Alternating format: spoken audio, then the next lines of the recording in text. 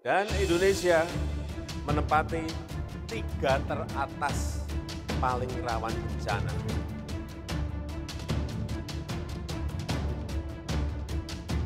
Jokowi mengatakan Indonesia peringkat ketiga negara paling rawan bencana, harus dimitigasi. Presiden Joko Widodo menyebutkan Indonesia masuk 3 besar negara rawan bencana, terutama dengan meningkatnya frekuensi bencana akibat perubahan iklim. Oleh sebab itu, Jokowi meminta Badan Penanggulangan Bencana Daerah untuk mengkalkulasi kebutuhan anggaran dan memperkuat tahapan prabencana. Indonesia menempati 3 teratas negara paling rawan bencana, kata Jokowi dalam sambutan Rapat Koordinasi Nasional Badan Nasional Penanggulangan Bencana, Kamis 2 Maret 2023, yang disiarkan di kanal YouTube Sekretariat Presiden.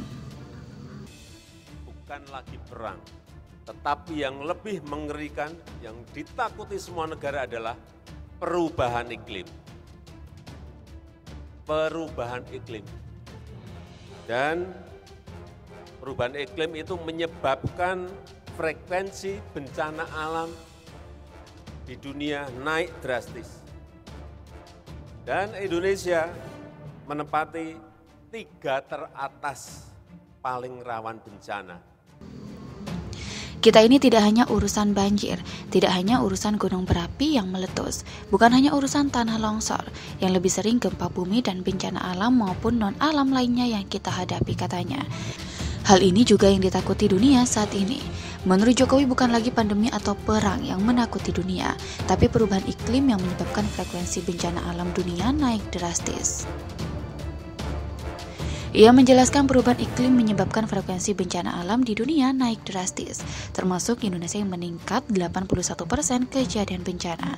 Dari 1.945 bencana pada 2010 menjadi 3.544 kejadian pada 2022.